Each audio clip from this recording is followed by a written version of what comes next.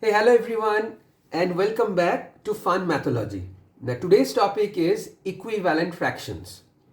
Now, this is the part 4 of the fraction series. Now, today we'll learn what equivalent fractions are. So, let's see. I have written down a definition of equivalent fractions. So, what you can do is you can pause the video and write it down if you like. So, see, equivalent fractions are different fractions that represent the same value or amount or the same part of a whole. To understand what this definition means, I have drawn three figures, right? So let's understand them one by one. See, in the first figure, only the half of the figure is shaded. So I have divided the circle into two parts. So the total number of part is 2. So I have written 2. So I am representing what? I am representing the fraction that is shaded. So this will be 1 by 2. So 1 is shaded. In the next circle, I have divided the circle into 4 equal parts. So I have written 4 here. Got it? Total equal parts. And the part shaded is 2. So if I simplify this, it comes half. See? So it remains half. See, half. And this is also half. Got it? See, in the third figure, I have divided the circle into 8 equal parts. So I have written 8 in the denominator. And how many parts are shaded? 4. So I have written 4 in the numerator. Again, if I simplify this, it comes to half. So it's always half. See, whatever I'm doing, it's half. But the fractions are different. But if I simplify it, it is half. So it means that whatever I'm shading, I am representing the same part. I am representing the same part of a whole. So this is the whole, this is half, this is the whole, again, this is half. So this is a whole. If I add this up, again, this amounts to half of this circle. Got it? So this half, this 2 by 4, this 4 by 8 are called equivalent fractions. Got it? So these are called equivalent fractions. Now let's see what kind of different questions that you might face, right, in the CBSE curriculum. So for question 1, let's come to question 1. Write 3 equivalent fractions of 1 by 3. So how to do it? So let's see. So write down 1 by 3. Now you remember that we have done in one of the class, in one of the lectures called as what? Multiples.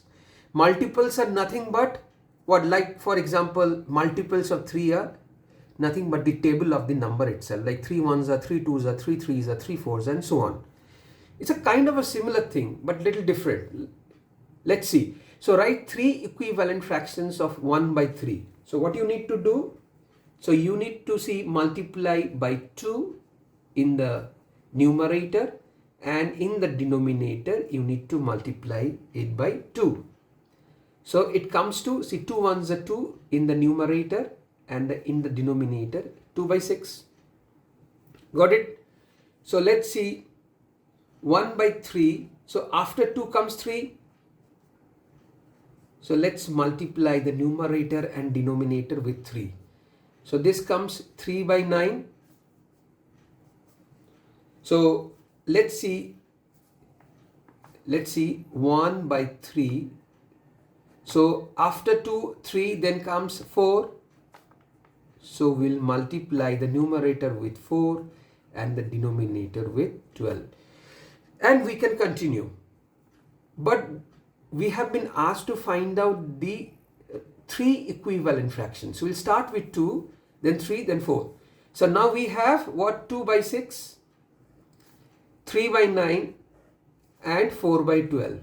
So these are the 3 equivalent fractions of 1 by 3. So now you know how to find out equivalent fractions of a fractions. Maybe you have been asked to find out 3 equivalent fractions. You may be asked to find out 4, etc. So this is the way. Okay.